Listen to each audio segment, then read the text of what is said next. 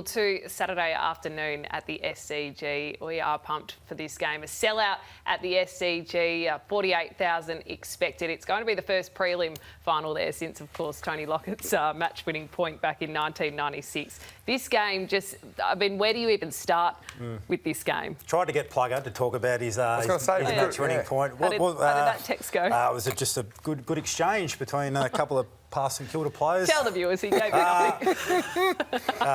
Sorry, mate, unavailable. Donuts. That's what they call them, the biz, and donuts. He's a man of few words, Plugger. It was one of those text exchanges with a good paragraph and a little answer. Yeah, that's right. I enjoyed it. But hey, I was putting it out there. But this is going to be an absolute beauty. I mean, when you've got two sides that have been able to deliver like they've been able to deliver, just in terms of the effort that they give every week. You know what you're going to get with both of these teams, which makes it a really, really difficult one to predict. And just how, I mean, we've heard Craig McRae talk a lot about the SCG dimensions and how he wasn't happy with their forward 50 entries on that ground in round 22. So the intrigue as well is, OK, what are Collingwood going to do differently this time? What have they learned from round 22? And obviously Jordan De Goey's inclusion helps enormously, but what tweaks and changes are they going to make? It's considerably shorter than the MCG, and that's probably been Collingwood's ability on offence has been able to spread the ground. That's why playing at the G is a great advantage for sides like that like to spread the ground and use fast offence. But the ferocious pressure is the thing that they'll need to bring inside 50. So Mason Cox will play a pretty important role, I thought, bringing the ball to ground. And those sort of more like Ash Johnson as well. So the taller types will need to really bring it to ground. And then it's the likes of Ginnivan putting that pressure on. Because if they start kicking it, and we know Sydney is such a good intercepting side, it could be important to the role as well. Well, they struggled to score, didn't they, back in round 22. So 7 goals, 8. It was their lowest score of the season. So, and as you mentioned, Paddy McCartan did their heads in. Yeah, they struggled to shift the ball. So they're a side that really relies on keeping their width. So sure, Josh Dacos there, he's one that holds his width really well on the wing, and they get the ball to the open side and they shift it. If you strip it right back, though, Craig McRae spoke right the way through their streak where they were winning games and coming from behind and the stats didn't line up, but they found a way to get over the line. He spoke the whole way through about clearance and contested possession. And how many dogs have we got around? It's a dog week in the AFL. Unbelievable. Even the dog lovers. But the contested possession and the clearances, Craig McRae said it was unsustainable for us to keep winning with these sort of numbers. This was the game where it came back to bite them. And so they got belted at clearance and contested possession. If they can just square that part of the game up, well then you're going to get more looks going forward naturally and better opportunities. Yeah, De Goey's obviously a big inclusion for that in terms of the contested ball and the centre clearances, which have the most value due to the 6-6-6 rule. So there's a whole offence and contest and stuff like that. The ferociousness on defence from these two sides. Sydney were unbelievable against Melbourne in that final. And Collingwood have shown it over the year that they just put pressure on. They just put pressure on as part of their DNA. This is just two rocks just going like this. It's going to be a fantastic game of footy. Very exciting. This was Craig McRae, the coach of the Pies, on the challenge ahead this morning.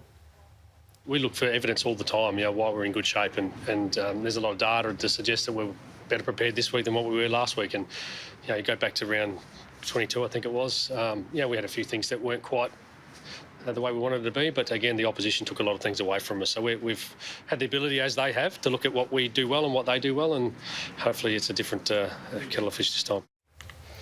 So one of the men they have to be worried about is Buddy Franklin, and there's plenty of storylines surrounding him. Is this the last time we see him play if the Swans do in fact lose? 0 goals, 7 disposals in his last game. Stephen May obviously did the job on him. Is his job almost, if you're the Swans, Rui, do you almost say to Buddy, you just occupy Darcy Moore?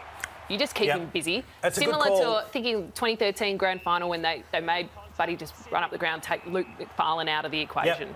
It's a good call, Kath. I mean, when you think about the upside for the Swans, is Buddy was rarely sighted. His man was best on ground when they beat Melbourne. Isaac Heaney had a quiet game. Tom Papley was really the one. So the Swans don't need Buddy to go out and kick a bag to win this game. So if that means that he can tie up a player like Darcy Moore, who is so important to Geelong getting their rebound game going. I mean, he doesn't just intercept more; he intercepts and goes. Well, then if he can just almost take him out of the way. Who do you task with the conversation of telling Buddy to...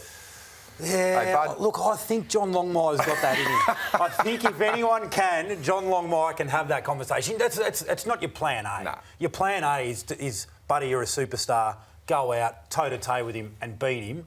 But if that would have been the conversation with Stephen May. But if you get to a point where he's clearly on top more, well, then maybe the conversation shifts. So you get him up. So if it does go down that path, are you getting him up the ground on more, or are you sending him deep and getting him further away from the ball that way? I think you get him deep. Yep. I think you get him deep and try and expose him that way. Yeah. It plays into Buddy's 5 hands. touches and you kick 5 goals pretty that's quickly. it. Well, this was Dane Rampy's thoughts on Buddy this morning. Knowing Bud and the competitor he is, you almost just don't need to worry about him because he's priming himself for a big one. And I guess if anything, you can see that in just the way he's walking around in the hallways, just a little bit more of a steely resolve. But that's to be expected. That's what we've come to, admire about him. And looking forward to seeing what he dishes out on the weekend. Got a fair point. Oh. Yeah. Player like Buddy doesn't have I'd to. just love to see what Buddy's steely resolve is walking around the change rooms. He would just have the biggest swagger. And rightfully Get so. out of my way. Rightfully so. I mean, he's a star. We know the kids. I can't wait to see a lot of the kids on this stage. I mean, they're the reason. It takes 22, and They proved they can handle it. They've embraced it too. Absolutely, they did. And so the Swans aren't where they are now without the growth. It's been faster than just organic. They've gone at a rate. Players like Warner and Florent and Goulden and all Rowbottom, all of these sort of guys that are.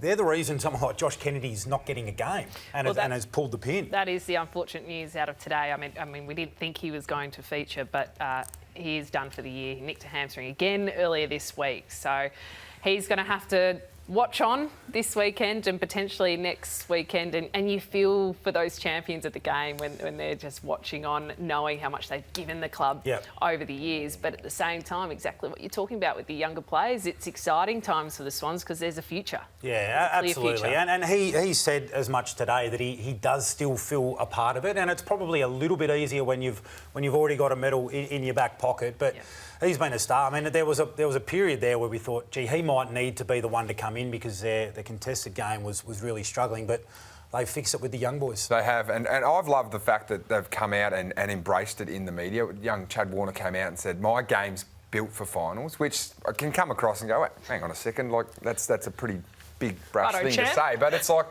you know what? Why wouldn't you if you think that about yourself? Why wouldn't you come out and say, yeah, I'm ready to go? And they've shown that they're a real contender. All right, tips. Who makes the grand final? Before we sign off. Geelong and Collingwood. Whoa. Ooh. Yeah. No, I've got Geelong, and I think Sydney will be too hard to beat up there at the SCG. I'm going Geelong, Sydney. The SCG will be rocking. That'll be some place to be on Saturday afternoon.